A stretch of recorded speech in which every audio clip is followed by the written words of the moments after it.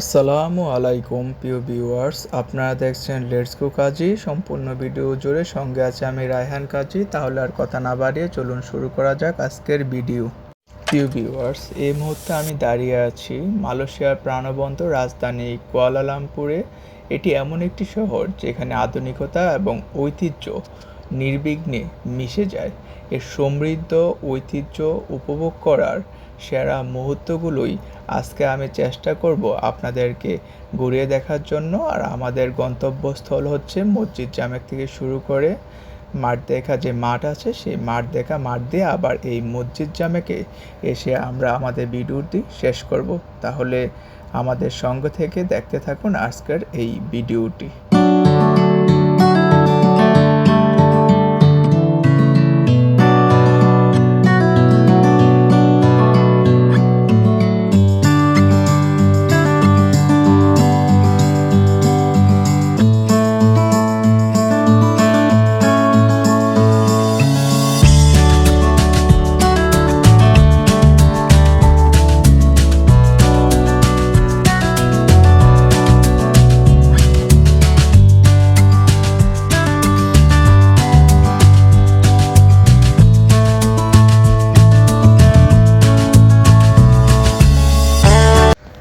মসজিদ জামেকের এই স্থানটি ঐতিহাসিকভাবে খুবই গুরুত্বপূর্ণ, কারণ এটি 1857 সালে কুয়ালালামপুরে প্রতিষ্ঠিত স্থানটিকে চিহ্নিত করে। ক্লাং এবং গুমবাক নদীর পবিত্র সঙ্গমে মনোমুগ্ধকরভাবে দাঁড়িয়ে থাকা মসজিদ জামেক কেবল একটি উপাসনাই নয়, বরং কুয়ালালামপুরের উৎপত্তি এবং ইতিহাসেরই এক জীবন্ত স্বাক্ষর হিসেবে দাঁড়িয়ে আছে।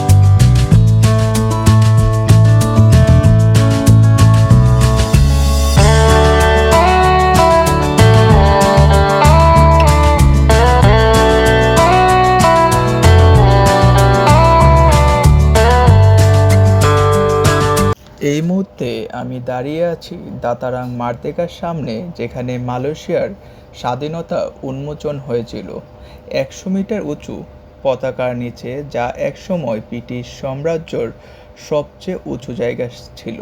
সেই পবিত্র ভূমি যেখানে ঔপনিবেশিক শাসনের অবসান ঘটে এবং একটি নতুন জাতির জন্ম হয়।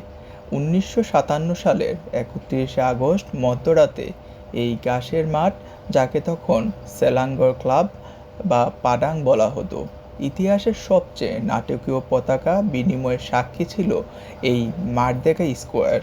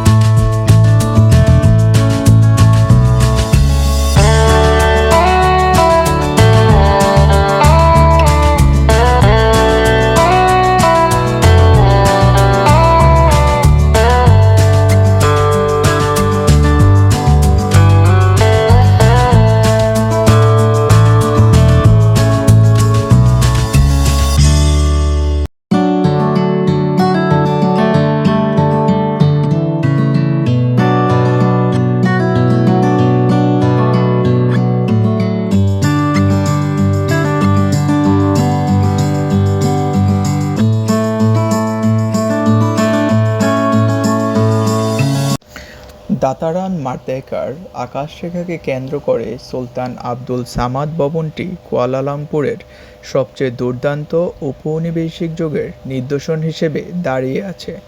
2 বছর নির্মাণের পর 1897 সালে সম্পন্ন এই স্থাপত্যর শ্রেষ্ঠ নিদর্শনটি অর্ধ শতাব্দীরও বেশি সময় ধরে মালয়েশিয়ায় ব্রিটিশ শাসনের স্নায়ু কেন্দ্র হিসেবে কাজ করছে।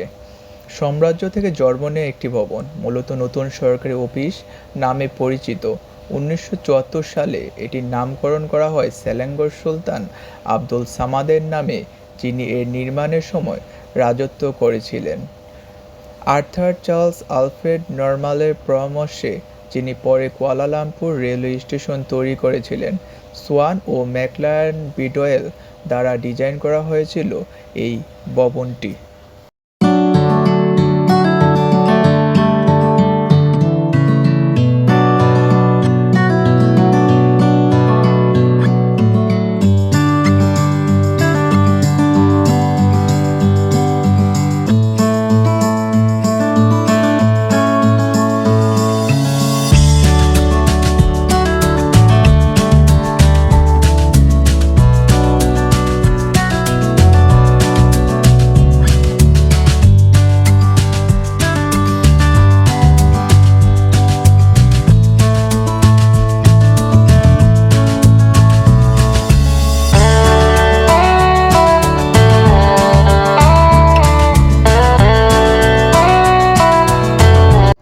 ক্লাং এবং গুমবাক নদীর পবিত্র সংযোগস্থল, যেখানে বর্তমানে মসজিদ জামেক অবস্থিত, সেখানে কুয়ালালামপুরের সভ্যতার মূল কেন্দ্রবিন্দু অবস্থিত।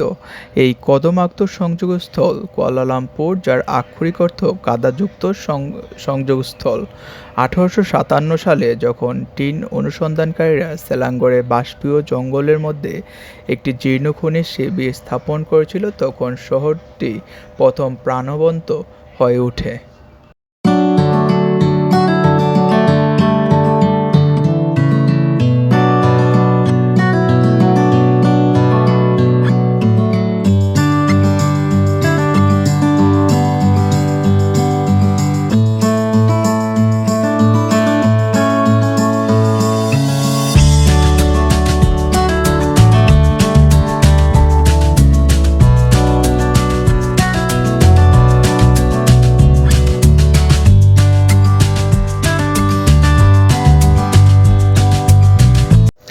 মসজিদ জামেক একটি সক্রিয় ইসলামিক উপাসনালয় এবং ঐতিহ্যবাহী ল্যান্ডমার্ক হিসেবে রয়ে গেছে, যা কুয়ালালামপুরের গোমন্ত নদীর তীরবর্তী জনবসতি থেকে একটি ব্যস্ত মহানগরের রূপান্তরের নীরব সাক্ষী।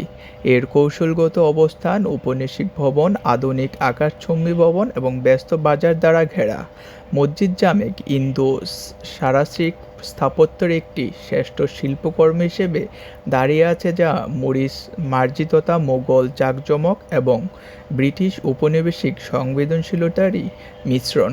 এর নকশার প্রতিটি উপাদানই নান্দনিক এবং কার্যকরী উভয় উদ্দেশ্যই কাজ করে, যা এটিকে কুয়ালালামপুরের সবচেয়ে আকর্ষণীয় ঐতিহাসিক নিদর্শনগুলোর মধ্যে অন্যতম করে তুলেছে।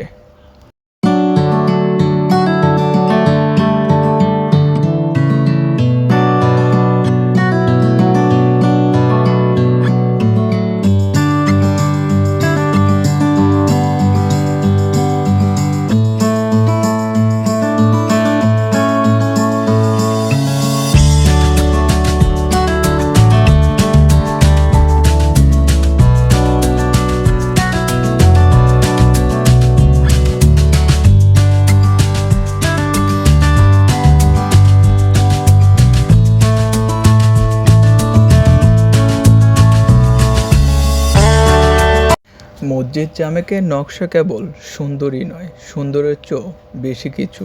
এটি একটি সাংস্কৃতিক সেতু।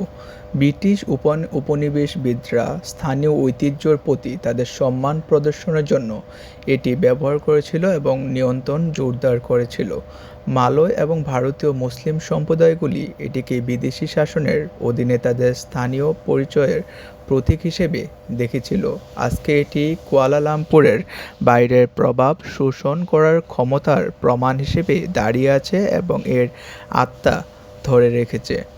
মজার বিষয় হলো মসজিদের গম্বুজগুলি মূলত সবুজ রঙে রং করা হয়েছিল ইসলামের প্রতীক, কিন্তু পরে 1980-এর দশকের সংস্কারের সময় মূল ঔপনিবেশিক যুগের ছবিগুলোর সাথে মিল রেখে তাদের বর্তমান কৃমি সাদা রঙের পরিবর্তন করা হয়েছিল।